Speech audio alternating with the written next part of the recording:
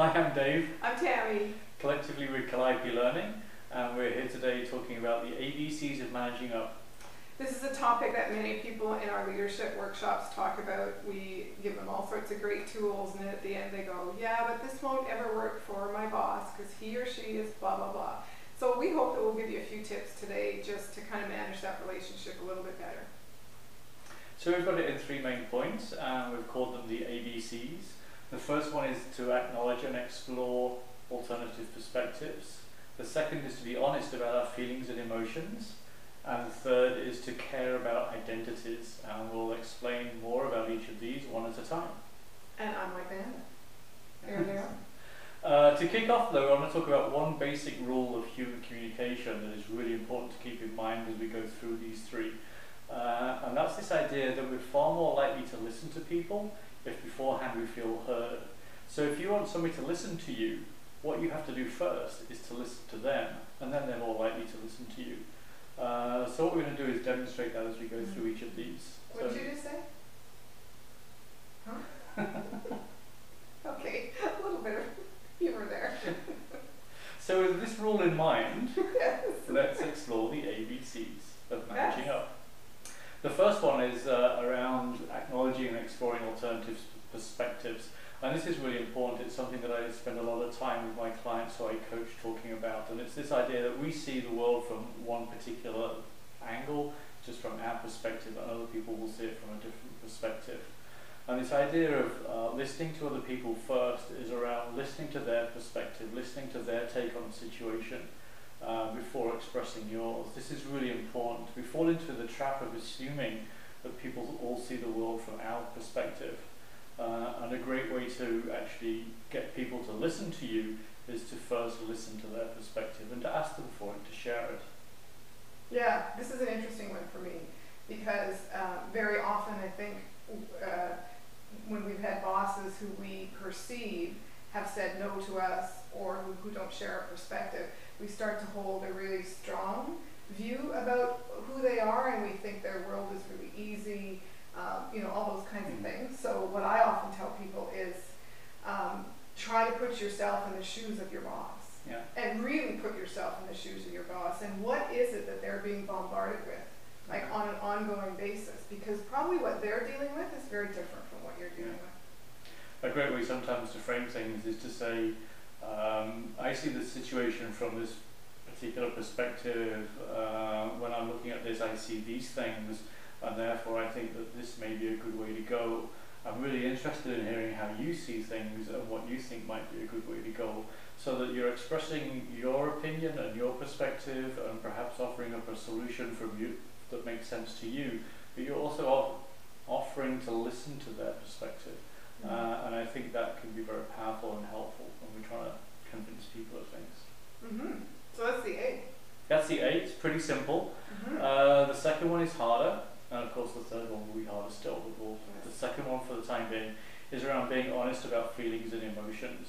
All tricky situations tend to be emotionally charged. The trickier they are, the more emotionally charged they become. Especially if there's a bit of a history between you and your boss and you've tried to manage up before and it's not worked. Then when you go into a boss and you're trying to convince them of something, you're going to have some emotions going on. You might feel a sense of urgency, you might be excited about a project, you may even be frustrated that things haven't gone the way you wanted to them in the past. Now your boss is also going to probably be feeling some emotional pieces. They may be surprised by a suggestion, it may make them feel even threatened or insecure, or they may be frustrated as well that things haven't gone quite the way and you're coming to them with things that they weren't expecting.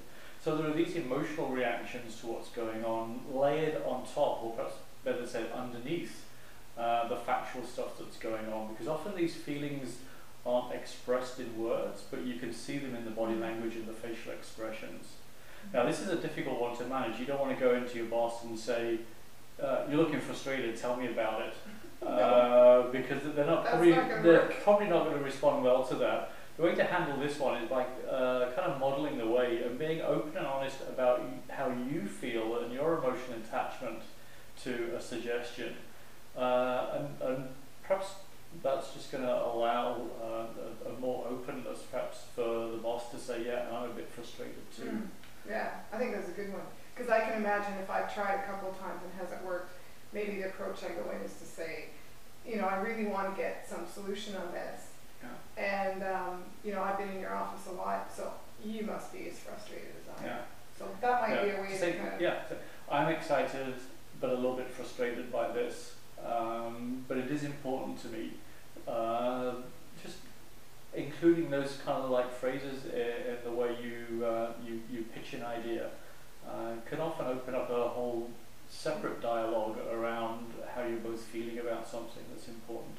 I think the other thing is, and you actually taught this technique to one of the people you've been coaching, some people, because they maybe don't manage new information that well, they might need a particular technique, and I'll let you talk about it. Yeah, it's this idea of hit and run.